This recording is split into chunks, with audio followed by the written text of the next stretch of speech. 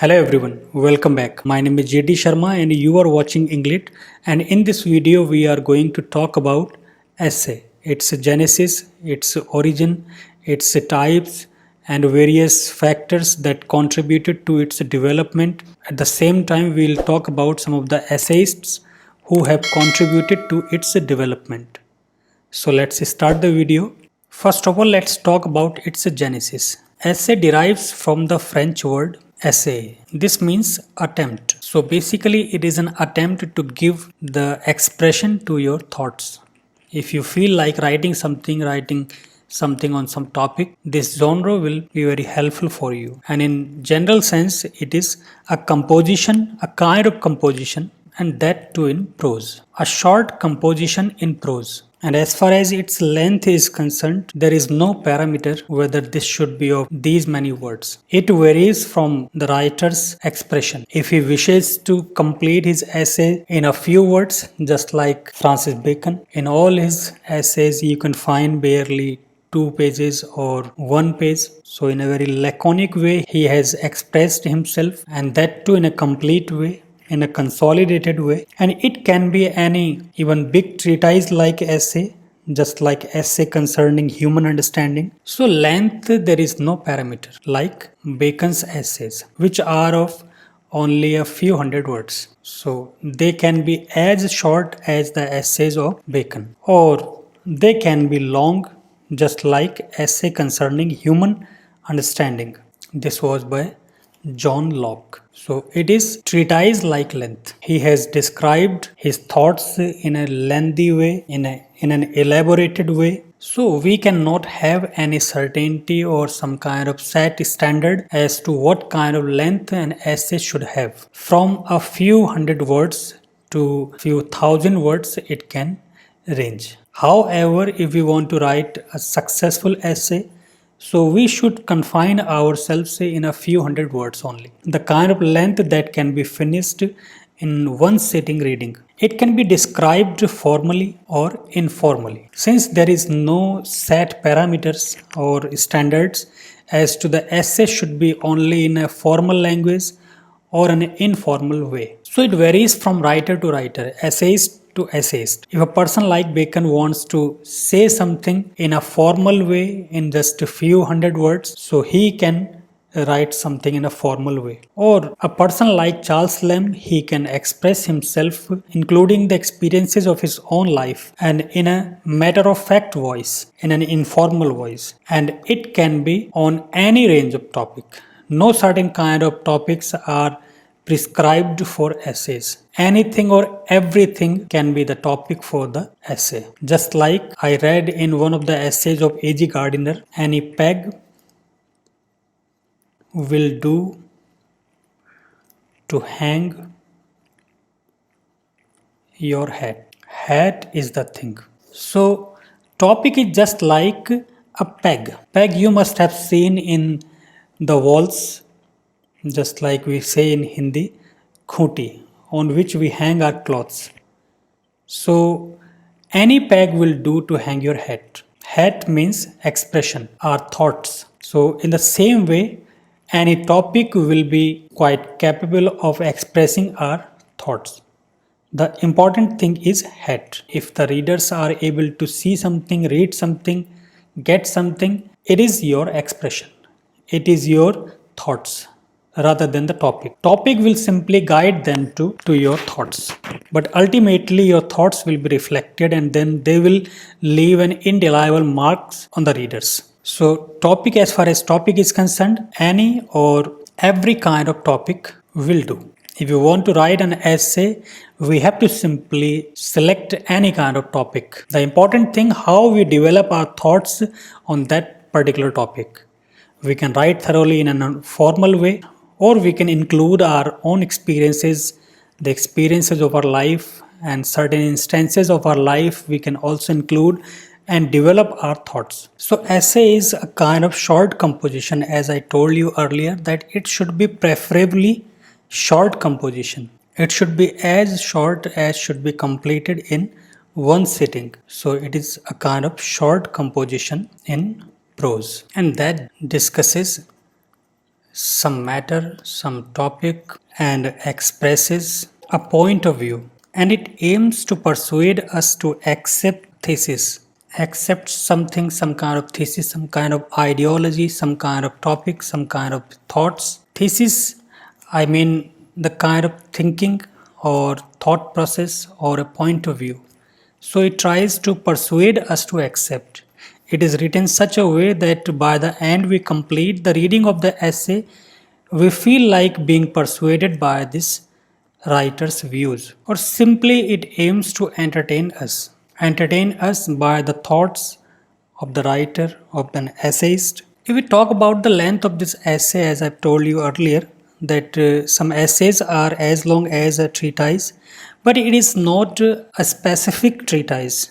It differs from treatise. What is the difference between an essay and a treatise? So, essay versus treatise or a dissertation, what we can call. So, a dissertation, or in simple terms, we can say it's a long essay on certain topic. It is a kind of topic which we have researched on. So, a treatise or dissertation. So, a treatise or a dissertation, it is presented in a very systematic and a complete way. They are presented in a systematic and a complete way. So, dissertation is very systematic. They are complete in themselves. They are research driven and they address a specified or a select audience. All the dissertations and treatises are not meant for the common reader.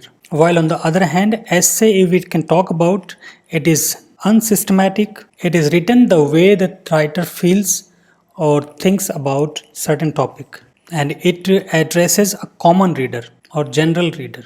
So all the people on earth, they can read an essay and enjoy the essay, or all the people can find some or other topic related to their choice. Just like when we take the example of Francis Bacon or A.G. Gardiner, Robert Lind.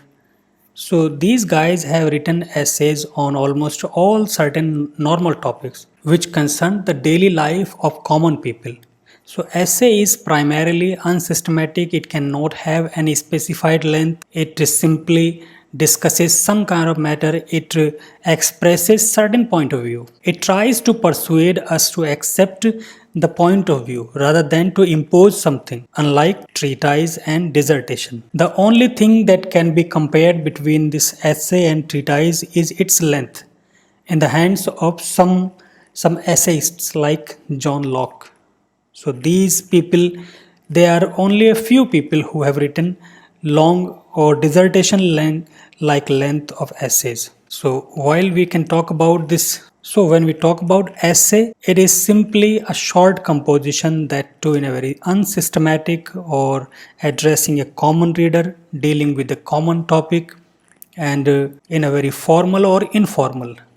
It is the choice of the subject matter sometimes and the bent of mind of the audience or the bent of mind of the essayist. Why we can say that it can have an informal way? Because it can make use of anecdotes. The essayist can relate, can infer to certain experience of his own life, certain short story of his own life, certain incident to his own life, and then develop his point of view. He can also make use of illustrations to make us understand or make us feel connected with the point of view that he is striking. And humor, as is the case in Charles Lamb or A.G. Gardiner. They seem to be making us laugh. While navigating on certain topic, they try to make us laugh in between as well. So it is a kind of self-expression. Its verse analog is lyric. The way lyric is subjective, so essay is also subjective. Preferably it should be subjective. We can simply not impose this notion that the essay should be written in a subjective way. Many people, many essayists, they have written their essays in a very formal way, like Bacon. The essays can also be written in an objective way as well. But as far as preference is concerned, when we try to write something ourselves, so we should choose the subjective way, and it can be distinguished from the manner. So when we try to compare essay with its counterpart in verse, so its counterpart in verse is lyric. As lyric is in poetic composition, so is essay in verse composition. As lyric is subjective, and so essay should be. Now we can move further to its origin. So primarily the term essay was coined by French essayist Mondaigne when he gave this essay a title to his essays. When he wrote his compositions in 1580, he gave the title Essays. This was the title to his composition, to his first publication. So when he wrote certain composition, he gave those composition the name Essays, which he published in 1580. They were written in French language. And who translated those essays of Mondaigne in English? It was Florio. So it is very important thing. Florio translated and published Mondaigne's essays, and that were in 1603. So this fact is very important. Who translated the essays of Mondaigne in English? It was Florio. He translated and published his essays in 1603. The first Englishman who wrote in the vein of Mondaigne. Actually, Mondaigne wrote personal essays. He wrote autobiographical essays, means he is the subject of his own essays, as he has said in his own words when he says, I am myself the subject of my book. So sometimes it can also be asked who stated this statement, or which of the following essays wrote this quotation or this line or this expression. So we can get confused whether it was an Englishman who wrote this statement or it was Mondaigne. Many writers like Charles Lamb, A.G. Gardner, they also wrote in an informal or personal way, in an autobiographical way. So we may get confused. But it was Mondaigne who wrote this statement, I am myself the subject of my book. It was written by Mondaigne. So whatever he has written, there can be an indelible impact of his own personality in the works. So according to him, his essays were consubstantial with the author. So these essays or Mondaigne's essays were consubstantial with their author. Consubstantial means deriving from the same substance or same existence. So these essays were from the same substance as was the author's. The author Mondaigne and his essays, they got their birth from the same substance. So there can also be one of the questions like whose essays are consubstantial with the author. So it was Mondaigne's essays were consubstantial with the author. That is to say, the essays of Mondaigne and Mondaigne himself, they were of the same substance. One more thing is also there in terms of Mondaigne's essays as to who was the first Englishman to write in the vein of Mondaigne. The father of English essays is undoubtedly Francis Bacon, but Bacon's essays are not personal. His were impersonal essays. But who was the very first English writer to write in the vein, in the style, the autobiographical style of Mondaigne? So it was Sir William Cornwallis. Sir William Cornwallis was the first person to write personal essays in Mondaigne's style. So it was not Francis Bacon who wrote in the style of Mondaigne, it was Sir William Cornwallis. He wrote essays. The collection of his essays was Essays itself.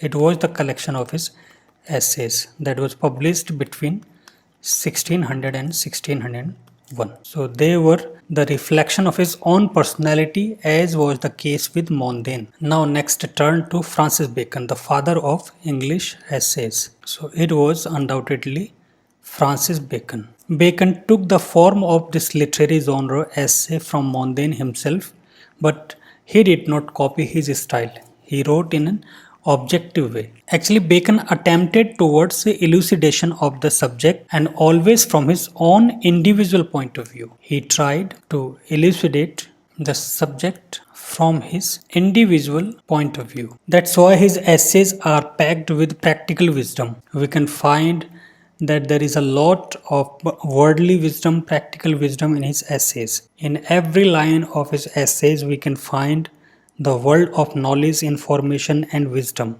How to lead the life, how to live, a life, how to behave in a certain way, and how the things are before us. So all such kind of things are there in essays of Francis Bacon. He defined essays in his own words like, it is supposed to have been known to classical writers, the characters of Theophrastus, the meditations of Marcus Aurelius and Seneca's epistles to Lucilius all qualify this genre. So Bacon accepts that this genre essay may have been very popular in ancient times, and we can find the instances of this essay in the characters of Theophrastus or the meditation of Marcus Aurelius, or even sometimes in the epistles of Seneca. So this genre is not entirely very new. The roots of this essay can be found in Greek or Latin literature or the classical literature, as Bacon has suggested in this definition. Anyway, Bacon is the first person to introduce this genre to the public of England or the world of English literature.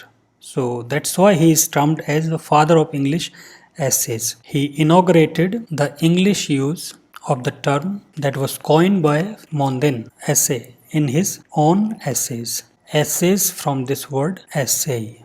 This is French one, and this has taken its present form English one, essay. So the credit should go to this person, Francis Bacon. Now let's have a look at some of the other definitions of essays according to some literary masters, as the one we have seen in Bacon's words. So according to Dr. Johnson, an essay is a loose sally of mind, an irregular piece, not a regular and orderly performance. So he defines essay in a very concise way. He says that it is a loose sally of mind. Loose sally means in any form the thoughts come in our mind and then the same way they are expressed, not in a compressed or compact or in a very systematic or in a very formal or standard way, without having any definite length or without having any certain parameters for defining or laying down the rules for essays.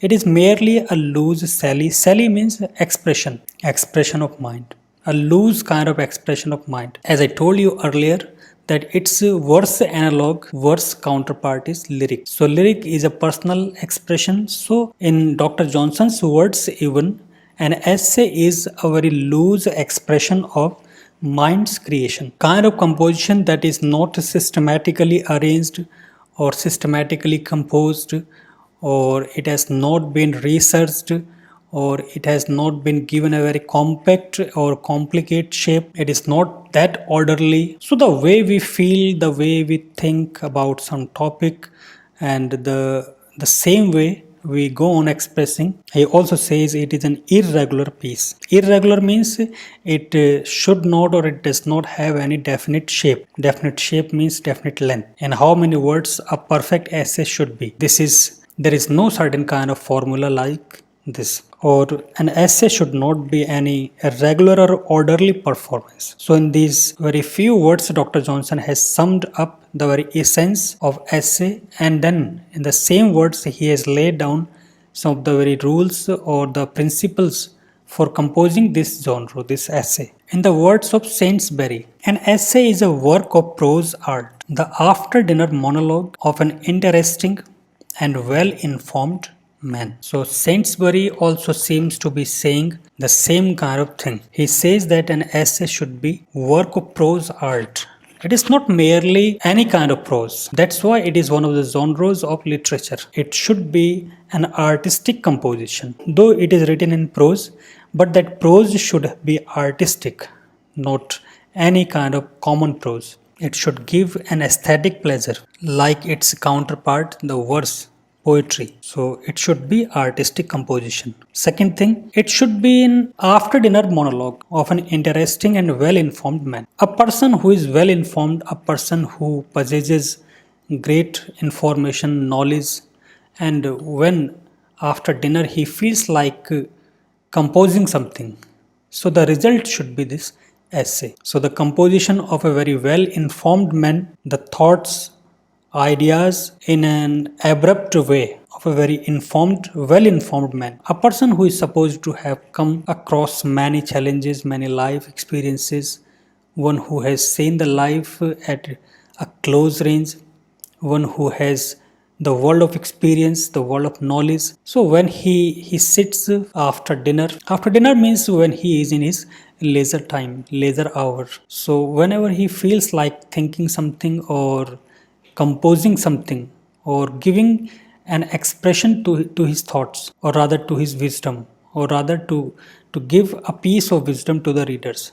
So the result should be, in the words of Sainsbury, this essay. Hugh Walker, in the words of Hugh Walker, he says about essay that apparently there is no subject from the stars to the dust heap and from the amoeba to man which may not be dealt with in an essay. As far as the subject matter of this essay or for this essay is concerned, there is no such kind of thing. Any subject or every subject can be appropriate to giving an expression to our thoughts. It can range from the stars to the dust heap. Even a small dust particle can be the subject, suitable subject, befitting subject for the expression of an essay. It can also range from a microscopic living organism to a man. And he also goes on to say that nothing in the whole world is there which cannot be the subject matter of an essay. This thing you can see in the essays of A.G. Gardiner. He has written almost on all subject matters, even on ordinary subjects, commonplace subjects, on catching a train. For many people, catching a train is a commonplace thing and it should not be the subject of writing some composition. But for the people like A.G. Gardiner, it is a subject worth writing something. He has written all about a dog. He has written on courage. He has written on smile, on saying please, means saying the words like please and thank you and other pleasantries should be the topic of essays. Likewise, W.H. Hudson. He says in his book An Introduction to the Study of Literature, the true essay is essentially personal. It belongs to the literature of self-expression. Treatise and dissertation may be objective. The essay is subjective. So he has summed up, or he has given his own opinion about the essence or the composition of essays. He firmly believes that essays should be primarily used for self-expression. It should be personal composition. The essays, the writer should use it for expressing his own thoughts in his own personal way, including his own instances of his life, experiences of his life, and then develop his subject matter. He also differentiates the treatise and dissertation and essays. Treatise and dissertation should be, or they may be, objective.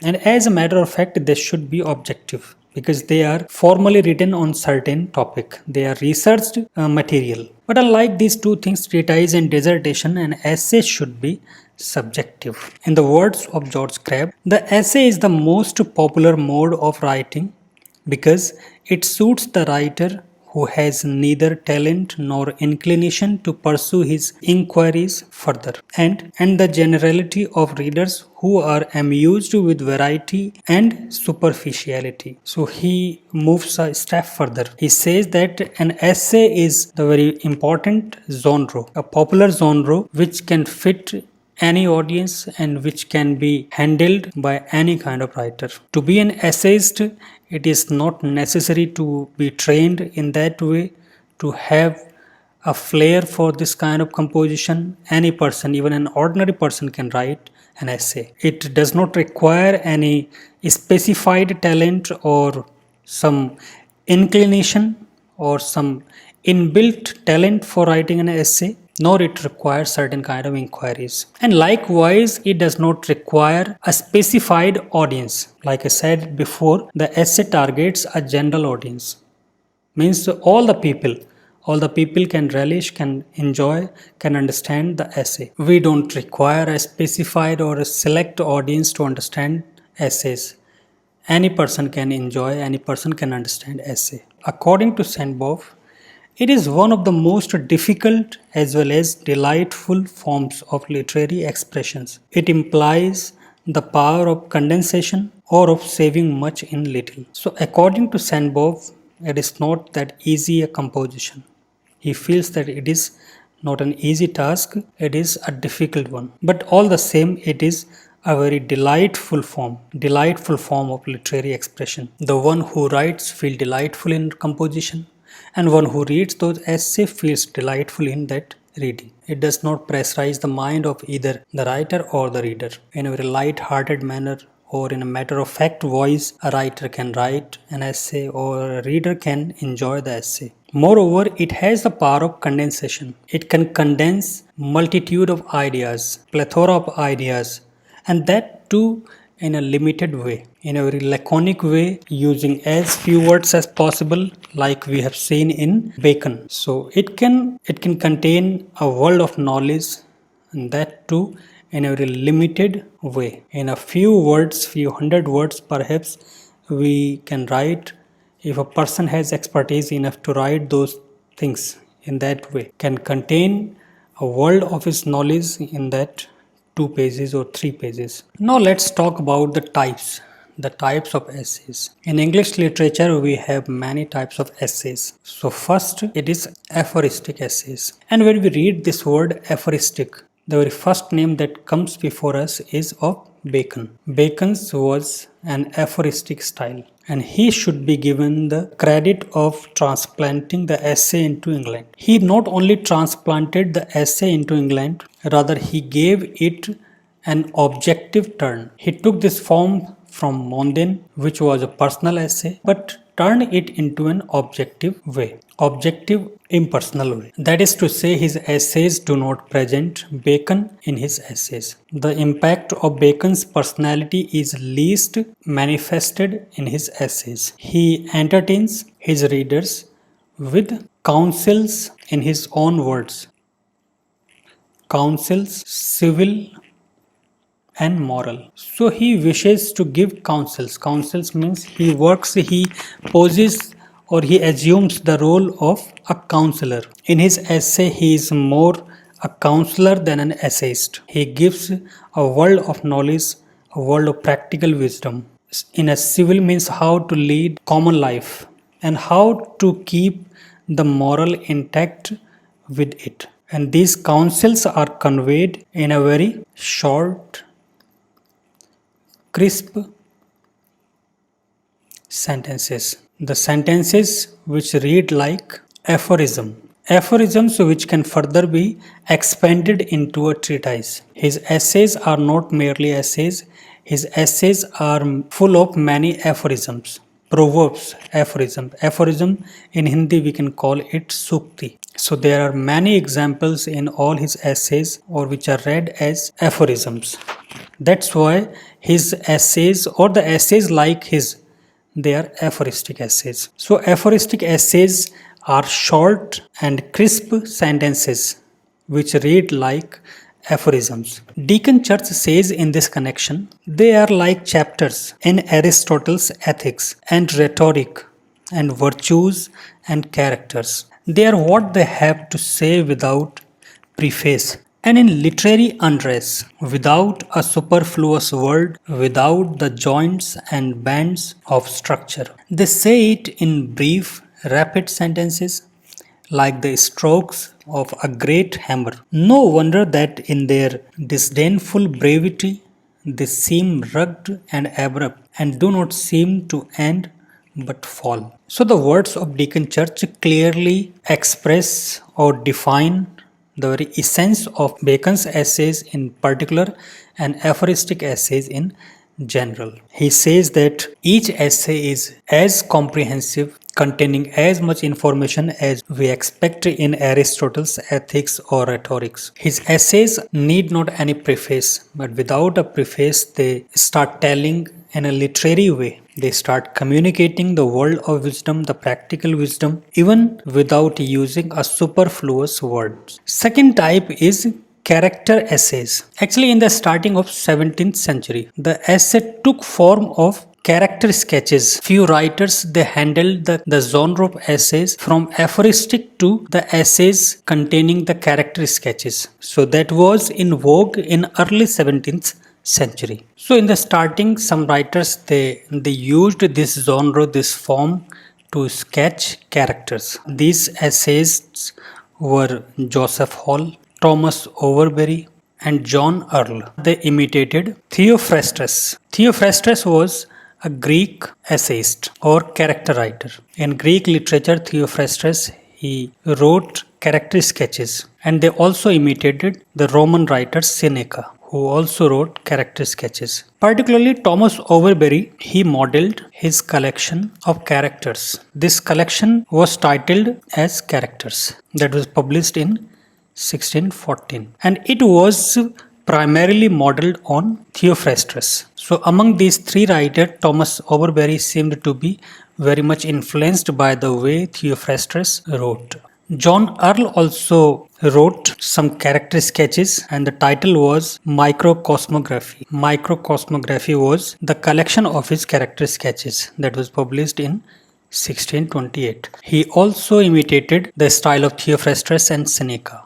As such, they started the trend of character essays. Thomas Overbury wrote some commonplace topics like the hypocrite, the milkmaid, the affected traveler. Using these characters, he gave the commonplace characters. The readers could relate their own familiar faces in those characters. Next, let us talk about critical essay. Actually, during the Restoration period, Dryden introduced a variety of essays called critical essays. So the credit of introducing critical essays in English literature should be given to Dryden himself. So the essays which present legislative criticism. The essays which present legislative criticism. It is mainly the critical essays. In these kind of essays, we can have a talk about literary forms, the discussion about how the poetry or a drama or certain genre of literature should be framed, should be written, as we have seen in Dryden's The Essay on Dramatic Poesy. So he has talked about the nature of poetry and what should be some of the norms to compose this, and he has also talked about the difference between the French forms of dramas or English forms of dramas.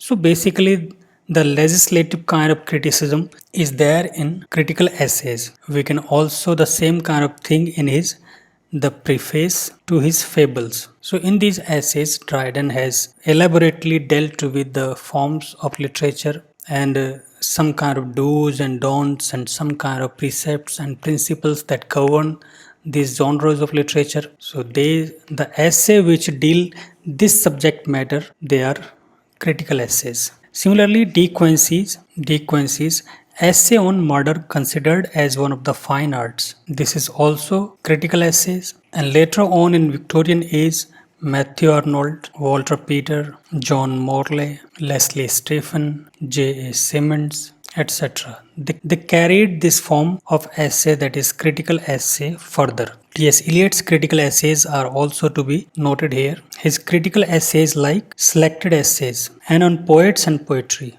Even Virginia Woolf's essays are of great note. Her A Room of One's Own and The Common Reader, they are masterpieces in critical essays. Even A Room of One's Own is classic in feminist criticism. And in the same way, many more writers, they wrote critical essays. So these essays, they take some or other kind of literary piece in consideration, and then they try to talk about this literary form and in what way it has developed itself and what should be further changes. These kind of things are mainly dealt with in critical essay. The further development in the form of essay led to the vogue of periodical and social essays. With the rise of journalism in 18th century, the essay began to appear in periodicals. Periodicals means they begin to appear after certain period, just like twice a week, thrice a week, or fortnightly, or 4 times a month. So after certain period or sometimes daily. So when industrial revolution took form in 18th century, people, they had limited time and at the same time they wanted to read something. So the essays began to appear in periodicals. Sometimes stories, they were published in periodicals in a serial form. Other times essays, they were published in those journals, those periodicals. And the one other factor was also the rise of coffee houses. A rise of coffee houses in London in 18th century. Near about 3,000 coffee houses were there in London at that time. There were social groups, the emerging writers, emerging essayists. They gathered, they had a talk, and then they discussed some social issues. And sometimes they were patrons, the literary patrons. They also talked with the emerging writers. So those discussions resulted in the essays that were published in periodical way. They were not published as a collection because people did have that kind of time, so they preferred to read something in periodical form. So that led to the development or the trend of periodical essays in 18th century. The evolution was mainly influenced by evolution of periodical essay was mainly influenced by Daniel Defoe's review. First it was weekly, and then it was bi-weekly, and finally it was tri-weekly. So when it started, it was issued once a week. Then it started to publish twice a week and then 3 times in a week. So this review started the vogue of periodical and social essays. Why they are social essays? Because social issues, various social problems, various social issues, and social customs and traditions and way of life was mainly discussed, that was in coffee houses. So they gave the rise to these themes, and those themes were chiefly discussed in these periodical. That's why they are social essays. However, the stimulus was given mainly by the progenitor Richard Steele and Joseph Addison. The real progenitor was were undoubtedly Richard Steele and Joseph Addison. Richard Steele started The Tatler, his first periodical in 1709, and it ran up to 1711. The basic aim of this periodical was to expose the false arts of life, of pulling off the disguises of the cunning, vanity and affectation, and of recommending a general simplicity in dress, discourse and behavior. So as its main objective discusses, the periodical was started mainly to expose the vices of the people. They were satiric in nature. They tried to expose the frivolous nature, the vanity of human beings, of the society. They tried to expose the disguises of the cunning people, the vanity of the upper middle class or aristocratic class, and at the same time, in a very humorous way, they try to suggest or recommend some of the ways which can lead the life in a very better way. So they tried to do something for moral well-being of the human or the society as well. Then it was replaced by the Spectator. This was in close collaboration with these two writers, Richard Steele and Joseph Addison. And the credit of the popularity of this Spectator is mainly given to Joseph Addison. Its 555 issues were published, and it continued until 1712. So it also lasted for 2 years. The basic aim of this journal, of this periodical, was to enliven morality with wit and to temper it with morality, and to bring philosophy out of closets and libraries, schools and colleges, to dwell in clubs and assemblies, at tea tables and in coffee houses. So the main purpose of this periodical, The Spectator, was to enliven morality with wit.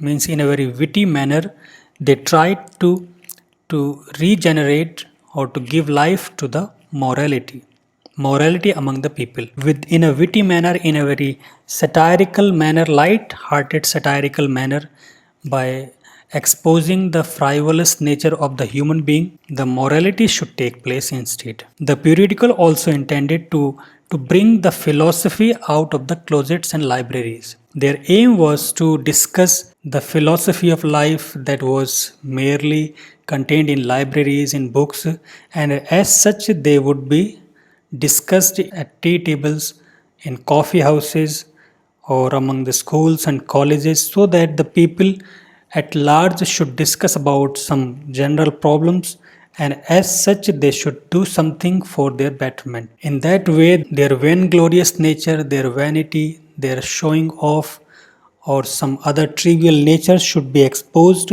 So this spectator very successfully tried to regenerate the moral well-being or to consolidate the moral well-being of the people. So we can say these two journals, the Spectator and the Tatler, they had or they employed to serve a social purpose. That's why they are also termed as social essays. In this regard, the critic Sainsbury says they taught the 18th century how it should and especially how it should not behave in public places, from churches to theatres, what books it should like and how it should like them, how it should treat its lover, mistresses, husbands, wives, parents and friends. So Sainsbury quite aptly has described the very purpose of these journals, these periodicals, that is to make the person behave in a public or behave in a proper manner, how he should behave in public, in churches, in religious places, at home, and how he should behave with friends, with parents, with wives, and with lovers. So their roles were also defined to certain extent.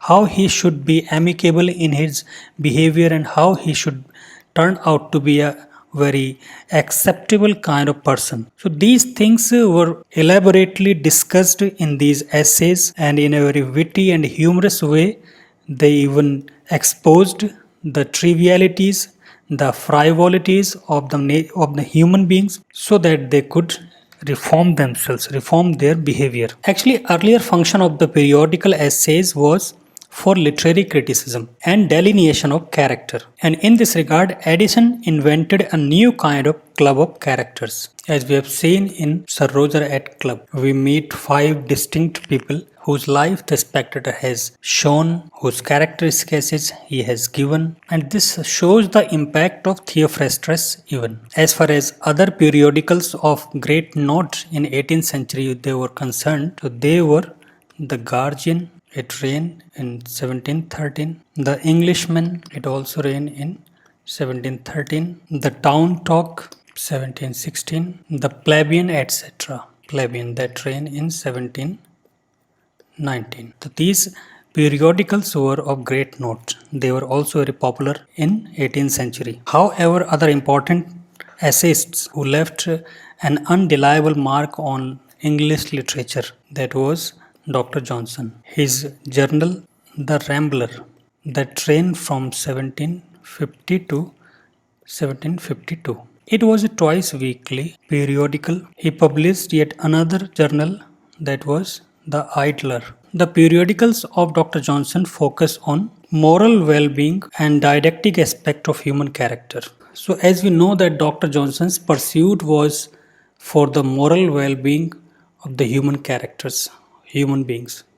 He wanted to show the human beings the right path, the moral path of life. He wanted to teach the people. That's why the didactic aspect of human character has been in the focus. Other than this, Oliver Goldsmith's The Citizen of the World was also a delightful series of letters by Oliver Goldsmith. It is a delightful series of letters on English life by an imaginary Chinese visitor. So from the perspective of this Chinese visitor, there is the reflection on human life. He also started his own journal, The Bee, that was in 1759. And his other essays that were published in The newspaper, The Public Ledger. In this newspaper, The Public Ledger, in his own journal, The Bee, and this series of letters. In all these essays, Oliver Goldsmith has shown the reflection on English life. Next, let us talk about the reviewers.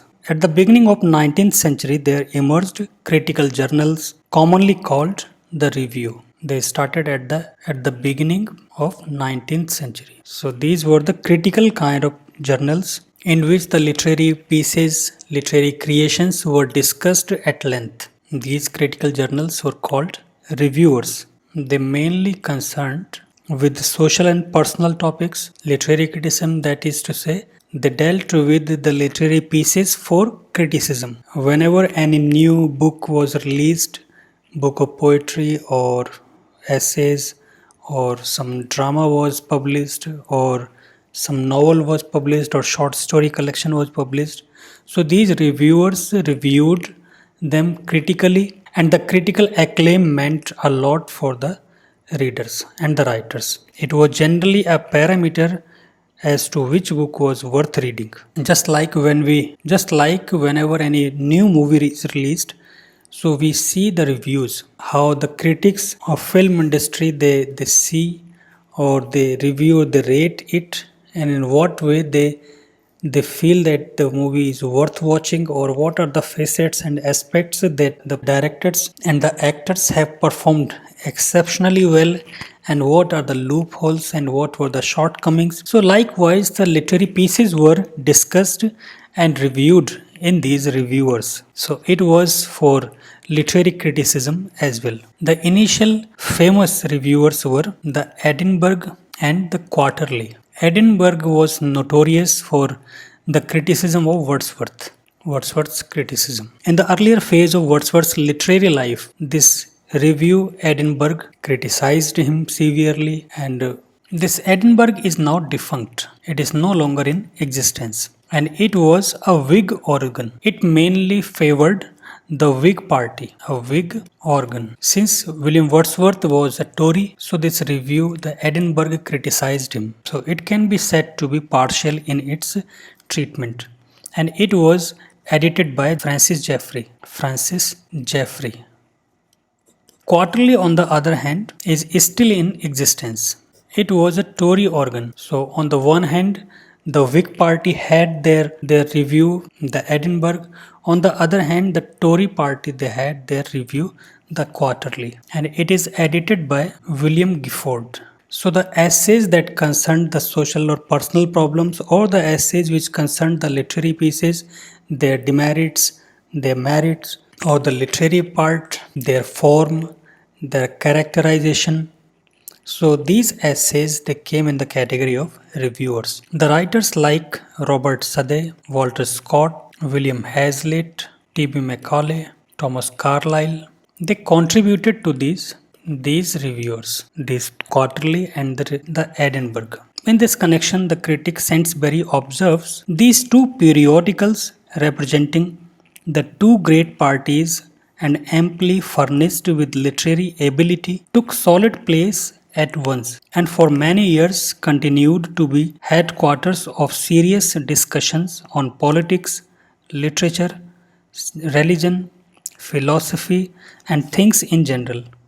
But they observed with even more strictness than their less distinguished predecessors. In their critical opinions, these reviewers were sometimes biased even, as Edinburgh attacked Wordsworth and Quarterly attacked John Keats. So sometimes they were not that judicious, they were biased, they had prejudices against some specific writers or poets. This is the reality of reviewers even. We cannot wholeheartedly or completely depend on the reviews or their opinions. Other later important reviewers were the Blackwoods magazine, the Fraser's magazine, London magazine. One thing to be noted here that these magazines were different from a regular review, as they were miscellany of every kind of composition. Reviewers mainly dealt with the literary creations. However, these magazines, they dealt with all kinds of composition, whether it is literary, creative, critical, informative, entertaining. So the scope of reviewers was multifold in magazines. Blackwood's magazine was associated with Christopher North and J.G. Lockhart. These two, Christopher North and J.G. Lockhart, whom P.V. Shelley denounced in Adonais. He was accused of bringing early death to John Keats. When we talk about personal essays, so the first name that comes to our consideration is that of Mondane, and the writers who wrote in the vein of Mondane. The early writers were Thomas Overbury, John Earle, and after that the famous one, Sir Thomas Browne, Abraham Cowley, they wrote in the vein of Mondane. They continued this tradition of personal and reflective informality. They were informal in their treatment, they were personal in this treatment, they were reflective, means they They talked about the experiences of their own life, the anecdotes of their own life, the incidents of their own life, and then they developed the theme. And likewise, in 19th century, writers again used this form for personal expressions. Like Charles Lamb, they used this form for personal expression or the expression of their personality. If we talk about Charles Lamb, so his Essays of Ilya is the classical example of this genre. This is a delightful blend autobiography, learning, fancy, humor, and sentiment.